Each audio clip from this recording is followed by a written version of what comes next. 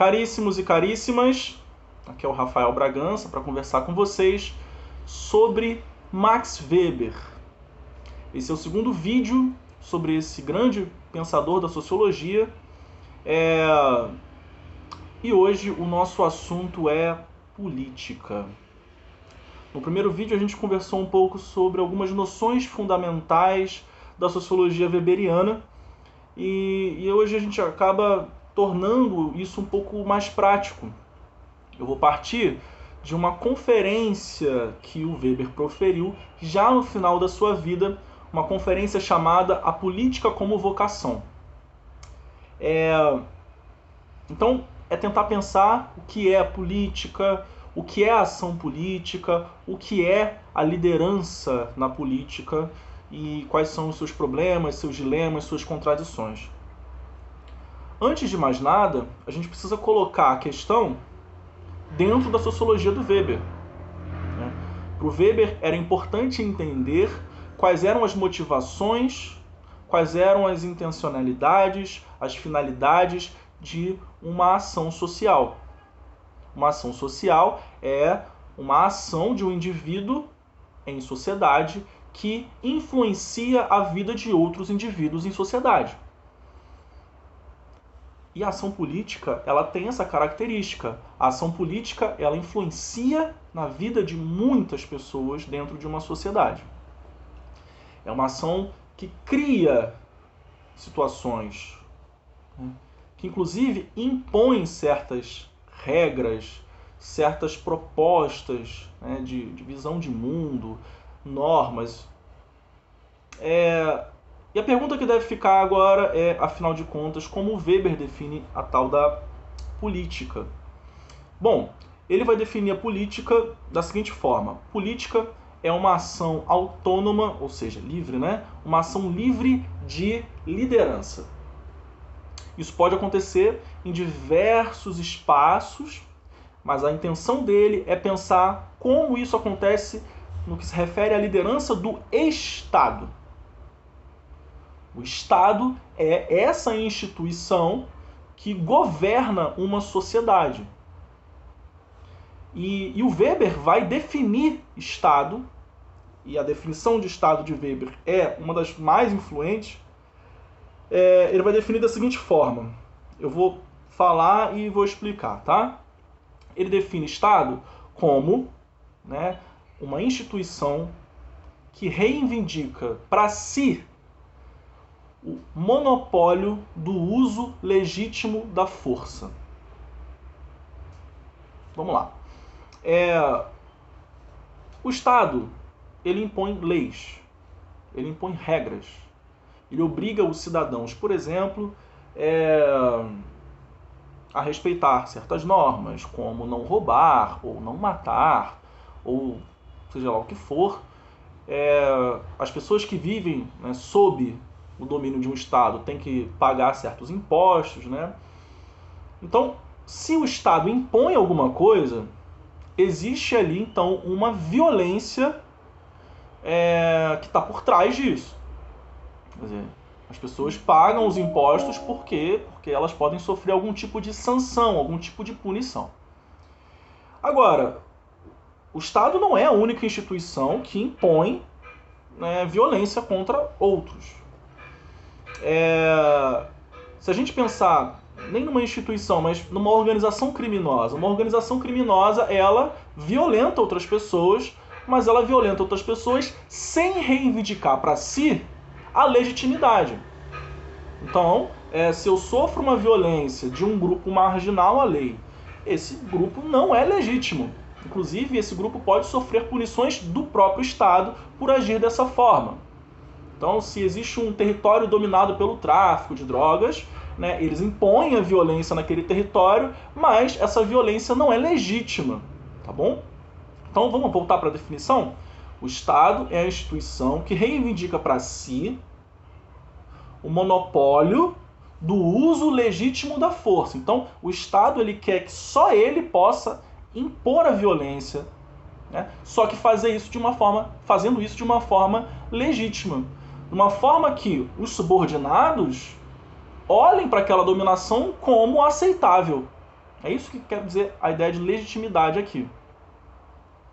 É claro que o Estado é uma invenção relativamente antiga, e é claro que, dependendo do momento histórico, dependendo do local, né, da circunstância que você está estudando, esse Estado ele vai legitimar a sua dominação de uma determinada maneira. Então existe uma dominação que ela é de tipo tradicional. Então o líder desse Estado, ou os líderes desse Estado, eles exercem a dominação sobre a sociedade e a sociedade reconhece essa dominação como legítima. Por quê? Porque existe uma tradição ali.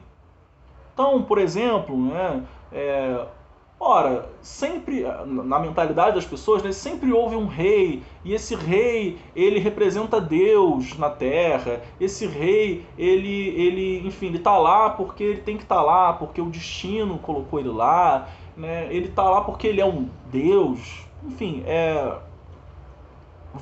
isso vai depender do contexto, mas existe uma visão da dominação como tradicional. O que eu quero dizer com isso? Né? Os indivíduos eles naturalizam, de certa forma, aquela dominação.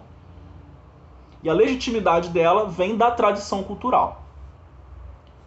Nas sociedades mais contemporâneas, principalmente a partir do século XIX, século XX, até mesmo hoje no século XXI, existem dois grandes tipos de dominação que são mais importantes, que é a dominação legal e a dominação carismática.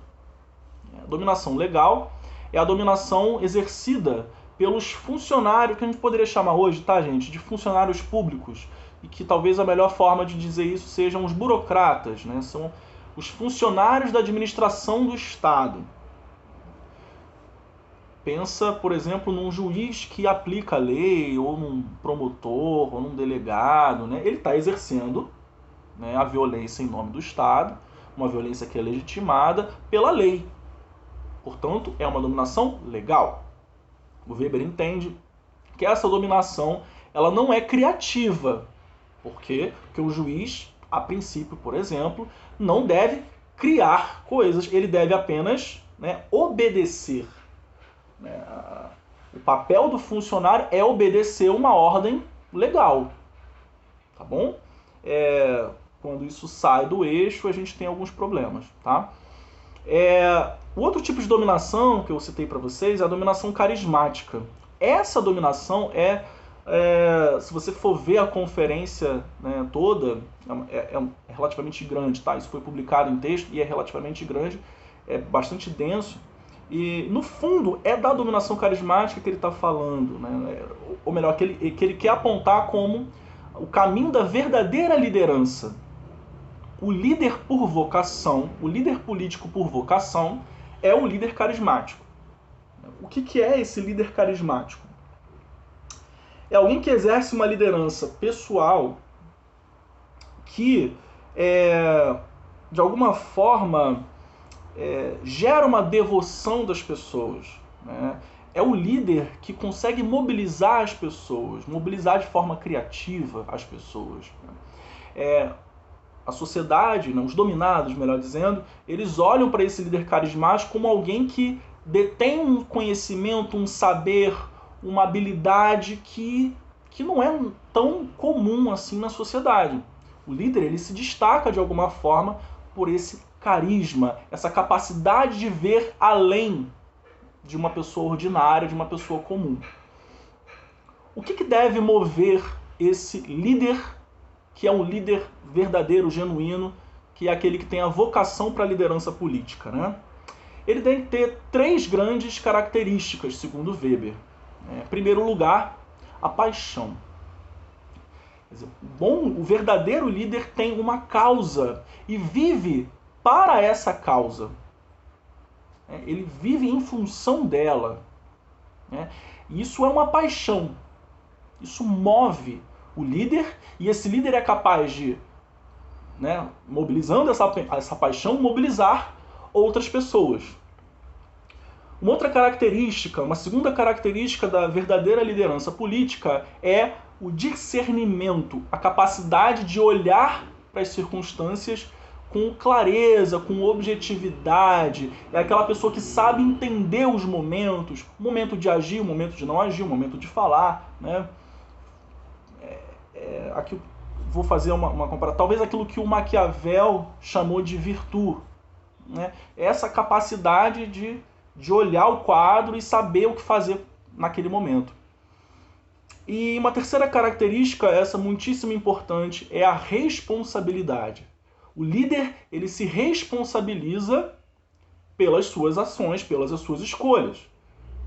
E é, no fundo, essa capacidade do líder de se responsabilizar que faz com que os dominados tenham uma certa confiança também nessa figura. Eu vou ler aqui um trechinho do Weber, que é muito interessante. Ele fala o seguinte: política se faz com a cabeça, não com as outras partes do corpo ou da alma.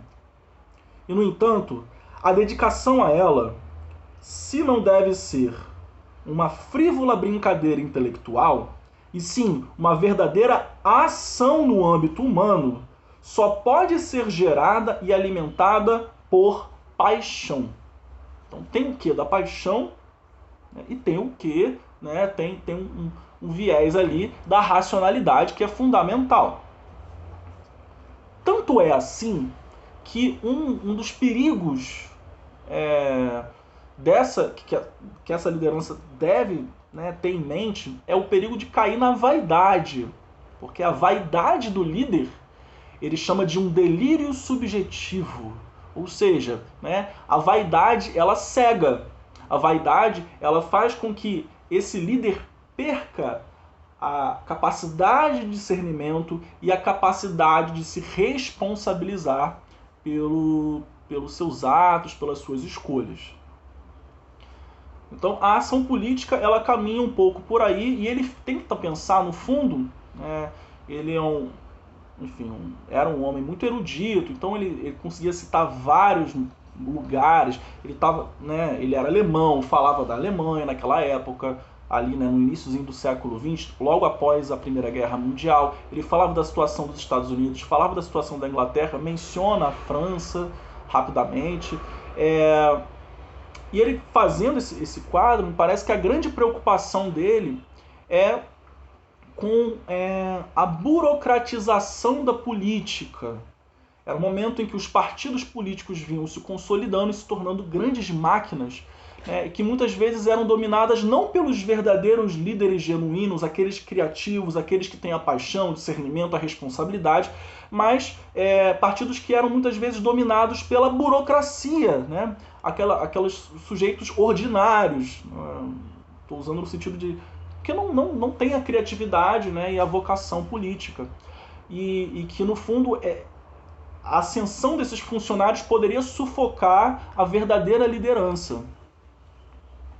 Então esse é um dilema da modernidade, né? Se de um lado é muito importante que os estados, a gente já definiu o estado, né?